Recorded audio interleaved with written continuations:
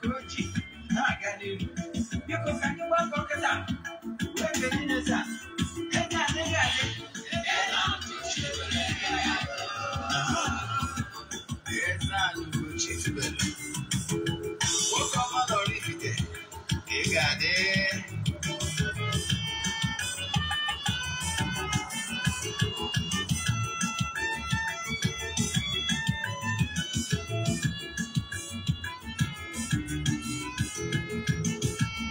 Ordinana Bezo, Ordinana Buzando, Emmanuel Lunetim Kunasi, Ugochi Ugochi Campus, Oneti, no Tutuna, Paleona Kuzi, Eze-Ana, Ugochi tubelu. Oraifite,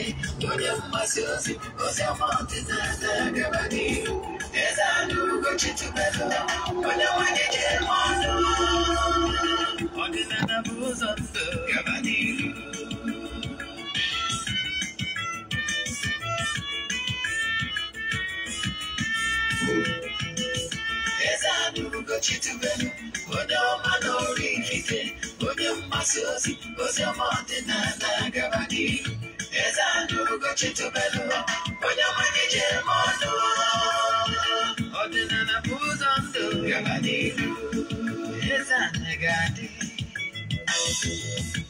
Ugochi tubelu gadi, Ugochi tubelu temple, oh yeah, Makadeso kwa Jaja, ndio keriayo, Fantambaki, ndio cheriayo, Fantambaki, Fantasi kalaka, Oriumu Igbo, Sianyera kumkani, Nankefakamba, Ulu Bible obia, Akwụkwọ akụkọ, Lewe Chọọchị Obodo Kaga, Ugochi tubelu kwegekwe, Eze-Ana n'ọmambe, Ọdịnala ọmamkwụchacha, oge ọbụla ọ na-eti, ọ nọ na nkuzi, Chukwu abịa ma gbago ume, ọdịnala ya dị. Ụtụtụ ọma nụ, ụmụ ọdịnala Igbo, aga m bụkwa onye nke gị, Ogbuefi Eze-Ana, Ugochi tubelu Oraifite. Abụ m onye isi nchụaja na Ugochi tubelu na temple nke dị n'Oraifite na Anambra steeti. Anyị na-agba afa miri emi, lụkwazi ọrụ mmụọ dị iche iche. Abụkwazi m onye isi nchụaja na Ugochi tubelu ọdịnala Restoration Prayer Ministry. Bụrụkwazi onye mgbasa ozi ọdịnala Igbo. You can call me an ọdịnala evangelist. I will answer. N'ụbọchị taa bụ nkwọ, a sị na nkwọ ya pụtara anyị ihe ọma ma pụtara anyị ihe ọjọọ. N'ụbọchị taa n'oge awa nke eziokwu, nkụzi anyị ji wee bịa n'ụbọchị taa bụ why you should always keep covenant, so agreement, part 2. Agba nke mbụ ya ka anyị kụziri yesterday. Anyị chọrọ continue from where we stopped. Wee chịkọta ya n'ụbọchị taa. So gee ntị ma gee ntị nke ọma. Ekenego m ndị niile sonyere anyị na igwe nzikọrịta ozi ndị na-afọ anyị n'iru akwụkwọ. Ihe ị ga-emedebere onye fọrọ n'anya bụ to like our page and share it, so that ka ihe na-anụ kịta nwee ike rute ndị ọzọ. I can tell you, message we receive today will be a life-changing one. Onye bụ isiokwu anyị ji bịa. Nke bụ echefuna na every Monday and Thursdays bụ ụbọchị anyị ji achụ aja. Aja nsure ọkụ aja epụta ihe, ụbọchị anyị ji ekwubi okwu n'isi ndị our fans all over the world. And the friends of the temple, ụbọchị anyị ji ekwubi okwu n'isi ha. Maka na ike dị n'okwu ọnụ. There is power in spoken words. But what you don't know is only a mystery to you. jee chọọ nkụzi ebe nkụziri power in spoken words ka ịfụ na ike dị n'okwu ọnụ. Nke abụọ bụ na echefuna na okwu mmụọ na mmadụ adịghị ebi n'ọnụ ofeke n'ọnụ dibịa ka ọ na-ebi. Yes, ọ bụzi anyị ji aga ọfọ n'isi ndị niile anyị na-arụrụ ọrụ all over the world, anyị ndị enyi anyị na ndị ihe anyị na-eme na-amasị. Ị nwekwara ike isonyere anyị ebe ọbụla ị nọ under the sun, face the east and connect with aja anyị na-achụ na okwu a na-ekwubi n'isi gị. Maka na I can tell you na even spell mmadụ kastịrị bụ okwu ọnụ. Ike dị n'okwu ọnụ indeed. Then echefukwara na aja anyị na-achụ kwa ọnwa ka na-aga n'iru. Nke ọnwa a ọ kwesịrị ịkwụsị na 19th, mana ya bụ 19th anwa danyere ụbọchị ụka. So ihe anyị ga-eme bụ na anyị ga-achụ ya bụ aja, achụcha aja na 19th, achụkwa na 28th bụ Monday, maka na ị mara ya dị alụ ọrụ ịbụ ihe mme on Monday. Yes, then ụbọchị Tuesday anyị ga-achịkọta nke ọnwa ga-abụ 21st. Ndị niile sonye na ya bụ aja ga-enwetakwa ihe onyonyo etu ya bụ mmemme si wee gaa. Ghọtara ya? So nke ọzọ, ọ bụrụ na ị chọrọ isonye na aja a na-achụ, esigo na aja abụrụ ọtụtụ ndị mmadụ elu. Fact, mụnwa personally I don't joke with this aja. Yes, ọ bụrụ na ị marago ihe si na aja wee mere ọtụtụ ndị mmadụ, ị nwere ego eji alụ ọrụ, mana ị nwere ike isonye wu na aja ikwubi okwu a aja yiri n'igwe. Aja ahụ na-agba achụcha eme saraka ụbọchị a na-ebibie, ụbọchị a ga-emechikwa ya, a ga-egbukwa anụ dị iche iche, gbukwu ebu, mekwaje saraka. Sometimes what you cannot do on alone, you can join as a group maka ọdịmma gị. So ọ bụrụ na ị chọrọ isonye na aja, ihe ị ga-eme bụ ndị na-esonye bugo amanago ka esi eme, mana maka gị gbagba onye ọfụ, bụ ịfọwọdụ ya 3 prayer requests. You make a donation token to the account number. Then you chat them na WhatsApp. I was saying other details I need from you. Can we get book? My WhatsApp number is 0805 7837 I repeat, 0805 7837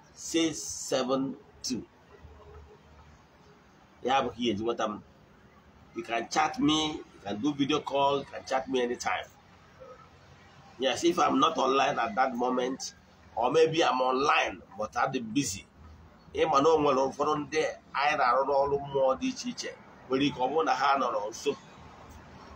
my data might be on, maybe doing those work. Then to the person only. I had a show social, the whole line of social media. Now, even you can not online at that time. In our phone, none online, but I drum online ego messages. Here on the online in one. So when a man online, they pick your call, drop one voice note. Then I will respond accordingly. Then the car he goes to them. Then of course, I can see hide my cabin. So you might go for WhatsApp number you want them. Because I say, well, by this weekend, the movie, the rejected staff of 4, I get to drop one the movie by this weekend. Just from Saturday, check our social media handles. You'll start seeing those movies. Maybe we drop them bit by bit in episodes. Yes. Yeah, guys, yeah. So, I'm going to walk at them back.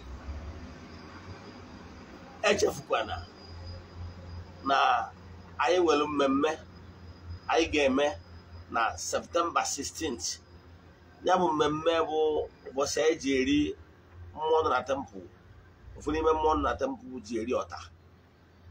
Yes, ya bụ mmemme ewu mmemme ihe eji na nchewu. Yes, ọ mmemme a na-eme annually. Onye ọbụla nọ na mmụọ ya bụ mmụọ, onye kụrụ mbambara ya bụ mmụọ amalụgo nọ mgbe o ji abịa epe homage. Yes, bịa gbuori ya anụ a na-egbu once in a year.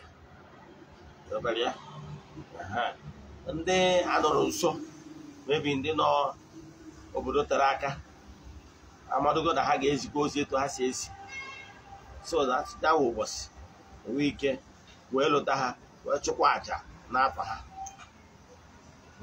Enwekwa ike nwetakwa ihe onyonyo etu ya bụ aja si wee gaa. Echefukwana na nke arọ 2023 a ga-apụ iche. Yes, maka na nke arọ 2023 a ga-apụ nnukwute iche n'ụdị ọbụla. Yes, anyị ga-enwekwu mmemme ga-arị n'ọnwa mgbe oge arụbe ka anyị gwazie gị etu anyị si kwadie. Then ka anyị gaba n'ihu n'ihe anyị ji bịa. Ekwuo m isiokwu anyị. Isiokwu anyị bụ why you should always keep covenant or agreement. Whether that agreement is the agreement ị nwere with mmadụ nkịtị ma ọ bụ agreement ị nwere with ụmụ mmụọ. Ịghọtara ya? Keeping agreement is so important. You know why? Tata ka anyị na-eme nke agba nke abụọ ya anyị kụziri yesterday part 1 taa part 2. Nke mbụgoro, by keeping agreement you are building personal relation with mmụọ na mmadụ. Agwara m gị, one of the key to succeed massively here on earth is the ability to build a brand, to build your personality, what you stand for. You must earn the trust of people around you.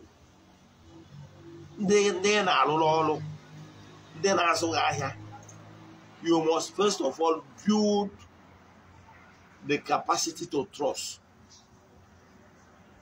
You must build it in a way that ndị na-arụrụ ọrụ ma ọ bụ ndị na-azụghị ahịa ma ọ bụ ndị na-elendara one service or the other trust gị.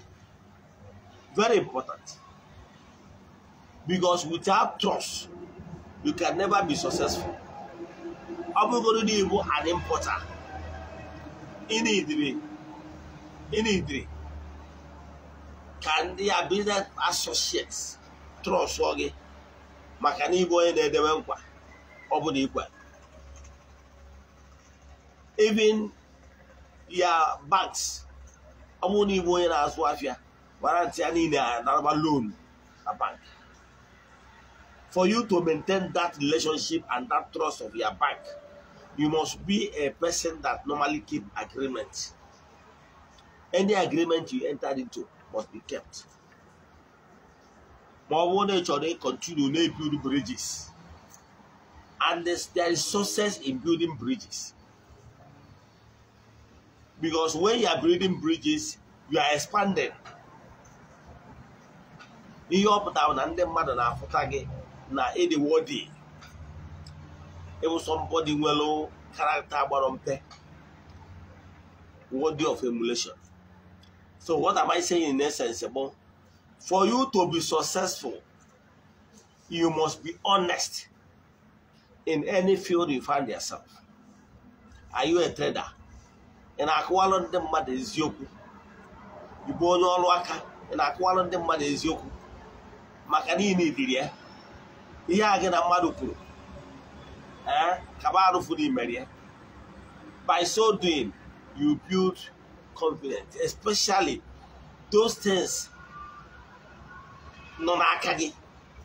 Ị nwere power A to Z to keep. O nwere ihe dị iche na gị na gọọmenti ma ọ gị na mmadụ enter into agreement or into partnership. Eleghị anya na ịnọ into poultry.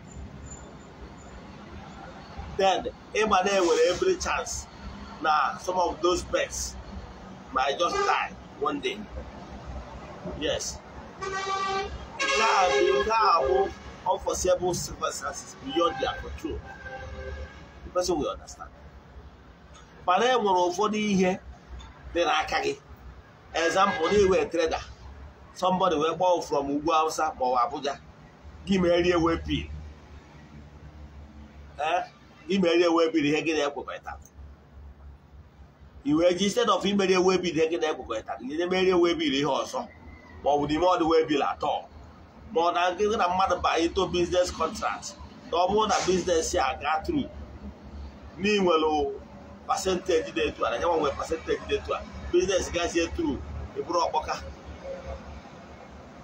All the very important because all that he betray that trust. The bro then keep agreement and then the mother frozen as somebody they worthy to be trusted. Okay, Omega. Nke a bụrụ ihe ọ ga-abụ ijiri aka maka ndị Igbo na-atụ ilu na onye gbuka utie ọlahụ na ọ bụrụ na Igbo onye gbukagoro ute gị ndị mmadụ ga na-find it so difficult to give you something. You got it? I remember sometime about month last year, 2 people came to my place for a kind of loan, Yes. Mmadụ na-abụ a na-agwa gị bịalụ na mkpaji ha. Onye nke ọzọ bịalụ na mkpaji ya ka o wee solve personal problem ya that involve 200k. Onye nke ọzọ bịa na nwere business ọ chọrọ ịzụ within that month. Na ọzụchanya business. No get wiki raise by the money than give 180,000. Believe in me, mother na the same day Kanjero na POS. Yes, in the evening. The same day Kanjero na POS. Can transfer a good mother na Believe in me, and the mother na in December as deadline I put the money. The first person that December Obialo. Even water a bottle of, I think, wine. But I'm going to wine, no water, I'm not doing necessary. The other babu, no the bellow, no mushroom. It was where the apple, I'm not happy. I bought when I have to go by you. Well, so what the moment? What I see, keep it here. At the time of the so I'm happy. But only because of 180 till now, what are you? Of all the ones of Panama, only because of the body. I think sometime June. Only June who said no good December. Care carrying, care 200 or something thousand. Or whatever the rota. I see one now. Because we're going to do what yes, weather. But it did not stop me from keep helping others. But before that December, these people only get 200. But only get 180 water. Only get 2 something about 240 or 260 or so. Take 260 water. About 1 the necklace with them. But trust me. I want to make it one day, see one day, more working. Of course, more they are put your state. And one time, I can't descend so low to that point. You know why? When you book your lahana, because one good thought deserves another. That person I want now 200. But I watch it. If I know you to go, that confidence. Confidence in him. Yeah. On when pause on well, about him, I will give without any guidance. Money from Madonna Bonteca. A water. All I require is but when I wake up, Cocosia, no response. That I am Macano going to go to the Ugochi. It worked. So makano one good turn deserve another. So mana ndị na-etu a amaro no onwe ha ka ha lere for future. O nwere ike future abụzie ihe bụ matter of life and death. Maka na mmadụ ka a na-agwa. O nwere ike o mesizie ya etu ahụ next time eju n'ime enyi ya eburu ajọ mmadụ. Ihe ji wee mara ha atụ abụ ka ịghọta uru ọ bara ugbo idewe ọgbụgba ndụ ma ọ bụ agreement gị na mmadụ. Ọ bụrụ na ị bụ onye na-eme business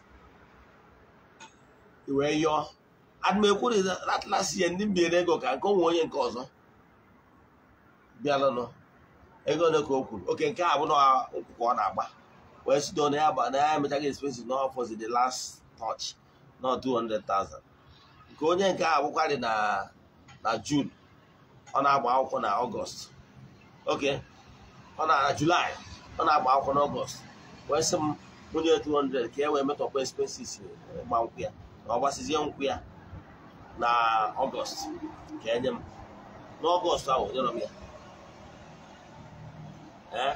n'Ọgọst ahụ nyere m ya n'ọzi na after ka o duzie duo dị mba month I think around November so ọ kpọrọkwana nsị nwoke na biko nwekporo m ntụ mana mgbe ebeje fụzie n'oge anyị ka ọ na-alụ maka mụ na ya nọkọ na klọb wee kpọzie nwoke mgbe enyi wee nabazie the money yes mgbe enyi wee nabazie the money na tia itere mmadụ itere obodo ule lọtara ya wee sị ya na itere obodo ule adịbi na ego a ntụ amụ na nsukwu ya anyị nọ na klọb rie right gị itinye ego na mgbe anyị ri right gị sị ọgwara ka ị were ego anyị natara onye a maka na mgbe ị gbara nkwụ nwaanyị na iri right gị ike iwere ego anyị natara onye a nye ọ gbere mpe 200,000 yes iwere ego ya adịbi na o mere etu anwa banye mba montu o nwere ike na-ekwuzi okwu na ya chọrọ izu sisi ya na enwere m ike inye ebiga money ịghọtara ya yes etu a ka ọ dị gị na mmụọ ihe ji wee gbara ụmụ atụ a ọ bụrụ onye si anụ mmadụ aka bịa na gbara ihe ji wee gbara gị ụmụ atụ awụ ihe mere eme agwụrụ m nwa wee gbara atụ mana ndị a niile felụrụnụ amadogo na ha emego gịnị na ha egbuchikwa ụzọ ha na onwere ihe ọ bụla ha kwutere ọzọ ịghọtara ya so onye ji wee kwubu ihe bụ ka ị malụ etu ọ dị na mmadụ ka ọ dị na mmụọ agreement ọbụla enwere ma ọgbụgba ndụ ọbụla enwere must be kept. Ikwekwe na chi gị nkwa na ị ga-eme nke a na ị ga-egburu ya ewu onye pụta mgbe ụfọdụ mfụ ndị gbatara ọfụ n'ọdịnala si na ha ya egburu chi ha ewu ma ọ naghị egbu chi ha ewu. I normally advise them to be careful. Yes. Ọ bụrụ the amount of something egburu chi gị bụ ihe dị mkpa. Ihe dị mkpa bụ the inner disposition gị na chi gị nwere.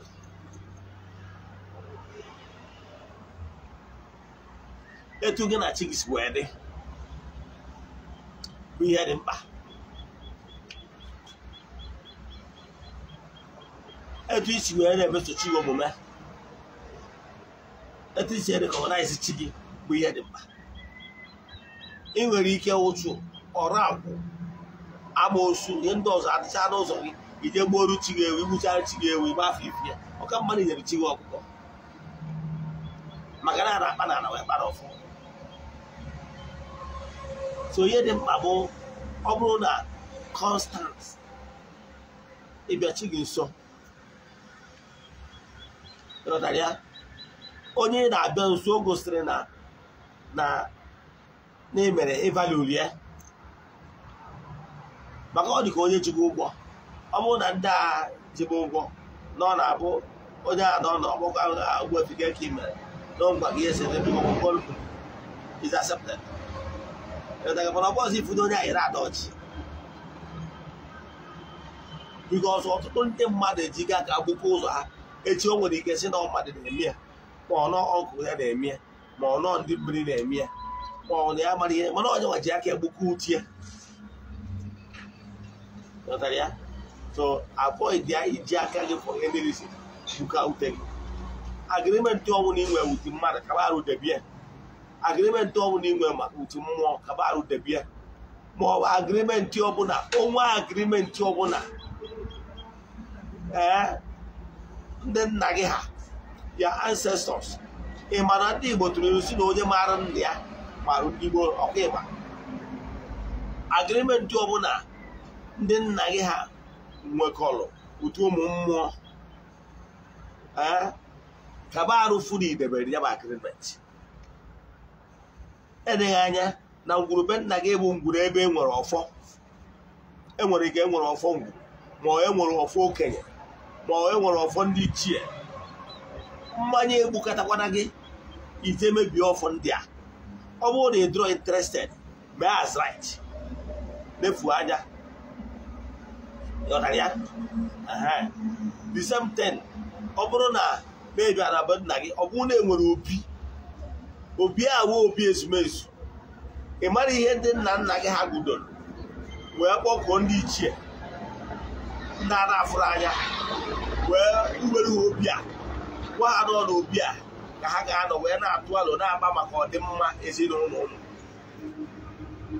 mmanya egbukọtakwana gị ijee n'obi ahụ sị ka ide mebie ya imebie ya agba ndụ ya ka m na-agwa ịghọtara ya so ịkpọkọtakwara maka na o nwere ọgbụgba ndụ nkwekọrịta ndị ichie ndị nna nna gị ha nwere bute ndị ichie ife ewube ya obi o nwere okwu ekwubiri maka na o nwere ndị ọbụla mebiri ọgbụgba ndụ ahụ na afọ ka mmadụ ga-atụ ndị Juu ị na-afụ a gwara anyị na o nwere ọgbụgba ndụ ha na Chukwu Okike nwere kwekọrịta na wee yọọ Chukwu Okike ka ọ bụrụ ha nna ka ọ bụrụ onye na-enyere ha aka n'ibu agha emegide obodo niile gbara ha okirikiri na-ebuso ha agha o wee nye ha 10 commandments nyekwa ha dise n'iwu ọdịnala nwa o nyekwara anyị nwa wee sị ya na ọ bụrụ na unu debe iwu a na ya ga-abụrụ ụnụ nna nke bụ eziokwu na o debere his own pagan maka na igbe ọgbụgba ndụ anwa nyere ha aka wee nọrọ in their midst keeping that covenant and ọgbụgba ndụ ha wee merie ndị ilo ha niile mana ngwa ngwa ha bidoro nupụba isi stop keeping that covenant and the agreement their forefathers. Remember, agreement and ọgbụgba ndụ si na generation wee baa na generation ịghọtara ya ọgbụgba ndụ ọbụla agbalụ na-esi from generation to generation o wee lụzie mgbe ha bidoro dupụwa isi na ọgbụgba ndụ a alụ mere ha ụdị alụ a na-eme Igbo taa mgbe ọ na-alụ mere Igbo ị nwere idea kwụsị mma akụwalụ ha alụ mere Igbo ka ị ga-amara so ihe na-achịkwa ụlọ alụ mere Igbo a bụ na ndị Juu ha nwere ha malụ ha ihe nji eji ihe ịma wee malụ ha atụ bụ iwe ilofe ihe mkpuzie mma o wee bụrụ na mgbe ha kwụsịrị idebe iwu ọgbụgba ndụ a ebe si na agwọ bido tawa ha na-anwụsị in thousands Moses wee bebe wee nyewa Chukwu Okike kedu ihe a ga-eme dịka onye ndu ga-agbụrụ ya na ha na-anwụsịkwa ewesịa wee ya ewere agwọ nyakpụ agwọ debe ya n'elu onye ọbụla agwọ talụ ya na anya na agwọ a na ọ ga-adị hil ụdị ihe ndị a bụ ihe merụ mgbe gboo ụdị alụ a mere Igbo na mgbe wee na-atafu ndị nna nna anyị ha was late ha wee debesi okwu mmụọ dị iche iche na ọ nwere echi mma akụzi gbasara okwu mmụọ ka ị mara etu okwu mmụọ si bido then wee gwa ha na ha anaghị ana onye ọbụla niile nere uchi fret wee nọdata agwọ ahụ ọ kpụrụ akpụ Chukwu Okike sị thou shall not build another god bow before them mana nke a bụrụ god a na-enye anya symbol in fact maka na ihe bụ worship another god bụ ihe onwe ihe ọbụla ịfụ n'anya karịa Chukwu nwa bụ god their God. But looking up to those sacred things, they are not seeing them as God. But then after has point of contact. No one always join them. However, the Hana Jawa and everyone had to put them on the so all one door who go well. Equal than one door. Nanya, now one, you're wrong with Carabun de Cotan or one door. So, Momona, don't ever you dream destroying what you have cannot create. Come on, that. No, be this my Ogbuefi Eze-Ana Ugochi to the only Obi standing in my own clan. Ebo Obi original Obi de. Bo ofu ofeke. Eri front and back. But I one day get Ibo Obi. Otibo Obi abaya yaga. Today.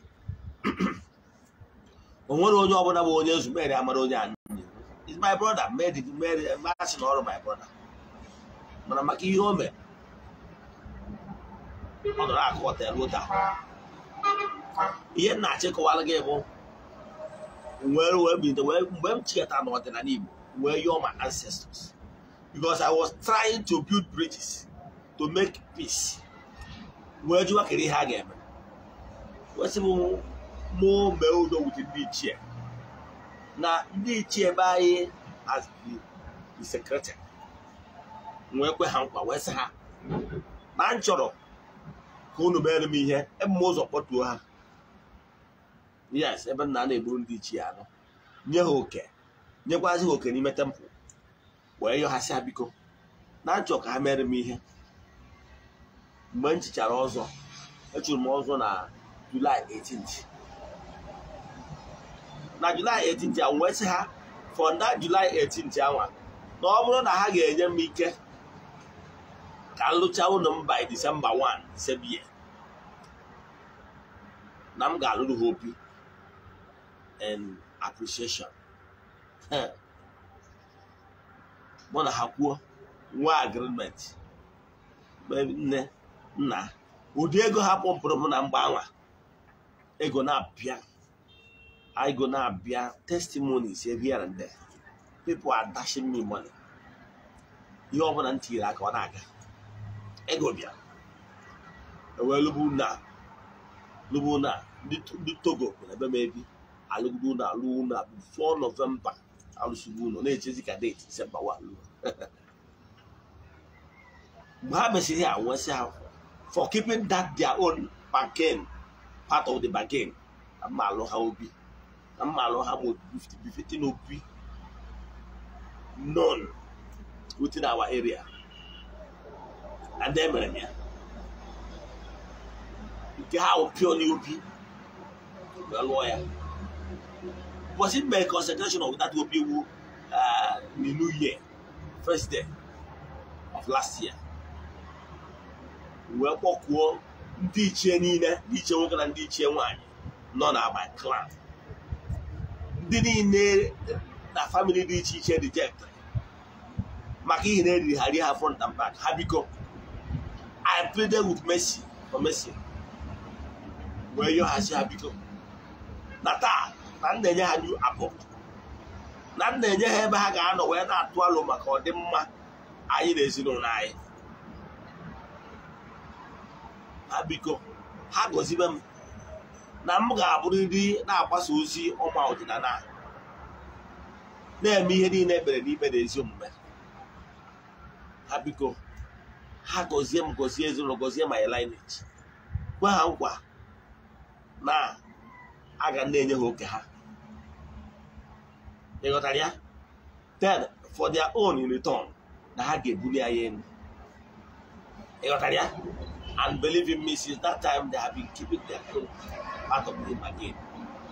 And myself, to the glory of God and to the glory of ancestors, I'm keeping my own part. If an agreement has been established at the convenant, yes, that convenant that they will make us great, and in return, we always give them honor that they deserve. from time to time. So almost any descendant of me, maybe in many years to come, mmanya bugidere. Oweje kwatu nya bobi. Ha gba ya yaga. Kwatu obi ha kwatu onye anwa. Ya maka na obi a bụ ebe ha na-anọ wee na-atụ alo maka ọdịmma na mbuli elu nke m. Ka ije kwatu. Ke wado turu ofo. Agwara nge we watch this my video by Saturday here before on social media. Yes, our handles. They rejected staff of 4. Do you know that your 4? Do you know that your 4 you are saying is a symbol of authority? Of what you are saying, bu of funding nanage ha, o go bro of nage, of funding nanage ha, the way ku that your 4 carries the good intention, the good will, the good longing of your forefathers. Say the kubioku where ya yo. Where say na ha na go for ko mo hakara ha ike. Ko mo hakara ha. Ihe ọma na-eme na be ndị ọzọ ya mere na agbụrụ ha. N'ife ọma ga-emere ha na ndụ ha ga-adị na ha ga-ejere obodo na ha ga-anara obodo okwucha ya oti ọfọ na data ọfọ okwucha ya dewe oti ọfọ ya na odewe ọfọ ya ogbuo ọkụkọ ma ọ wụrụ ogburu anụmanụ ọbụla were ọbara ya tụsara n'ọfọ anwa ime ọrụ ọgbụgba ndụ data ọfọ anwa itufuru carries all the good wishes of your ancestors. Ime ọrụ onye ma nna ya mara ndị gboo ọfọ a iwere detupuo ozugbo gba anyị tụfuru ọfụ anwa ma ọ imebido opi anwa ma ọ ịtụfu those sacred things monuments in your family. Ihe ọ pụtara bụ na ọgbụgba ndụ anwa ndị ichie ndị nna nna gị ha nwere otu ụmụ mmụọ n'ọnya ka ịtụfuru. And believe in me, goodness of life will be restored back to you whenever you restore those things back. I'm a living witness. It happens in my family. Offer was rejected, and I restored it. Immediately I restored it, see favor, see upliftment, see breakthrough. Do you know why? In my entire life, I'm not done that with you also. I don't jira bros for mass also the most expensive also. You know that much also namu will Ogbuefi. These are also the Ogbuefi. I didn't say maka memento so diana. Yes, all one of the longest of us and one day. All the will you keep within almost one month. Maka memedia. Imagine whereby he had a quazo, a ban a quazo for 21 days. But I come back over here, Basadia. Each chose and followed the way title man, they were traditional man. I'm not going to the church or Kabakana. Also, as I know any church or carry cheer. Bye. Notalia. Can you win a fan? Oh, Yabatana. Or says, and those on those or 2 8 July as I got tonight. It was one FM more to 10. While when FM 1 daughter got tonight to the night. Notalia. I will say about. But then I check a while ago. My grandfather was a rich man in the boat also. My family wealth just disappeared. Boom. Because of that family, my father took. Immediately I restored that offer, I restored wealth. Favor and up, yeah. Don't want it like one anchor. Any investment on Tiraka, favor on anchor.